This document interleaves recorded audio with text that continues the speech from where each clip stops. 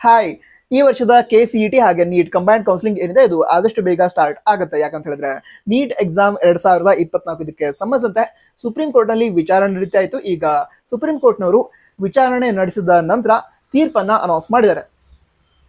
Neat exam ನಡೆಯಲ್ಲ ಅಂತ.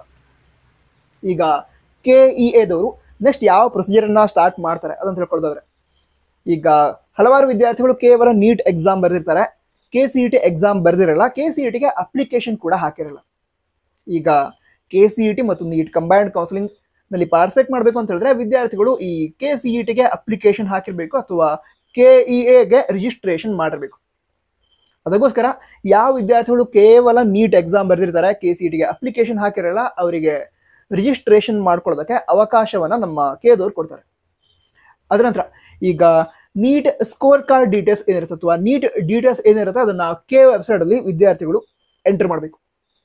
So NEET exam ಅನ್ನ ಬರೆದ ವಿದ್ಯಾರ್ಥಿಗಳು ತಮ್ಮ ಸ್ಕೋರ್ ಕಾರ್ಡ್ ಡೀಟೇಲ್ಸ್ ಅಥವಾ ತಮ್ಮ ನೀಟ್ ಡೀಟೇಲ್ಸ್ ಅನ್ನ ಎಂಟರ್ ಮಾಡೋದಕ್ಕೆ ಆಪ್ಷನ್ ಕೊಡ್ತಾರೆ. ವಿದ್ಯಾರ್ಥಿಗಳು ಎಂಟರ್ ಮಾಡಬೇಕು. ಈ ಎಲ್ಲಾ ಪ್ರೊಸೀಜರ್ ಆದ ಮೇಲೆ ಕೌನ್ಸಿಲಿಂಗ್ ಸ್ಟಾರ್ಟ್ ಆಗುತ್ತೆ. ಅಂದ್ರೆ KCET ಹಾಗೆ ನೀಟ್ ಕಂಬೈನ್ಡ್ ಕೌನ್ಸಿಲಿಂಗ್ ಸ್ಟಾರ್ಟ್ ಆಗುತ್ತೆ. ಸರಿನಾ? ಸೊ ಈಗ ಕೌನ್ಸಿಲಿಂಗ್ ಏನಿದೆ ಅದು ಆದಷ್ಟು ಬೇಗ ಸ್ಟಾರ್ಟ್ ಆಗುತ್ತೆ. ಯಾಕಂತ ಹೇಳಿದ್ರೆ ಎಲ್ಲ ಪ್ರೊಸೆಸ್ ಅನ್ನ ಸ್ವಲ್ಪ ಫಾಸ್ಟ್ ಆಗಿ ನಡೆಸ್ತಾರೆ ನಮ್ಮ KEAದವರು ಅಂತ ಅಂದ್ಕೊಂಡಿದ್ದೀರಿ.